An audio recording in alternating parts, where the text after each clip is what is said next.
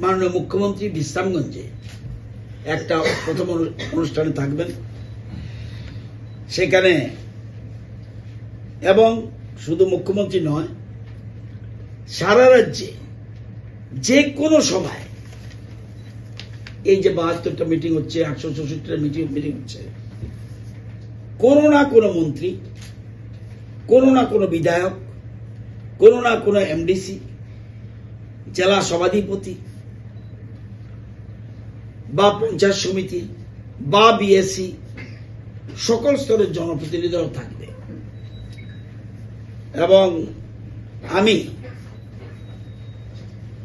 সবার কাছে অনুরোধ করছি যে এই কৃষি অভিযান,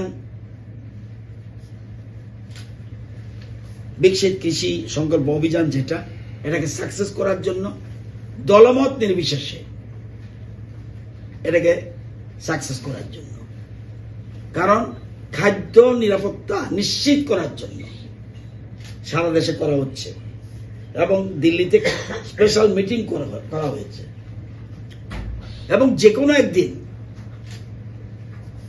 কেন্দ্রীয় কৃষিমন্ত্রী আসার কথা রয়েছে, নট ফাইনাল, কিন্তু আসার কথা রয়েছে।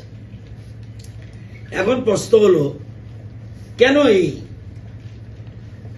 বিকশিত কৃষি সংকল্প অভিযান? কেন? মূল উদ্দেশ্য হলো কৃষকদের বোঝানো কৃষি সমৃদ্ধি এবং প্রযুক্তি হাতিয়ার সরকার পাশে রয়েছে। কৃষকদের মধ্যে প্রযুক্তি পৌঁছানো, প্রশিক্ষণ পৌঁছানো এবং তথ্য তুলে দেওয়া, অর্থাৎ কৃষি বিজ্ঞানীরা ল্যাবরেটরিতে রিসার্চ করে। প্রধানমন্ত্রী এবং কৃষিমন্ত্রী চাইছেন ল্যাব টু ল্যান্ড, কৃষি বিজ্ঞানীরা সোজা মাঠে চলে যাক, সেখানে গিয়ে কৃষকদের যে সমস্যা আছে সেটা তারা বুঝে আসুক, বুঝে এসে সে অনুযায়ী সমস্যার সমাধান করুক। যদিও আমাদের দেশ কৃষিতে স্বয়ম্বর,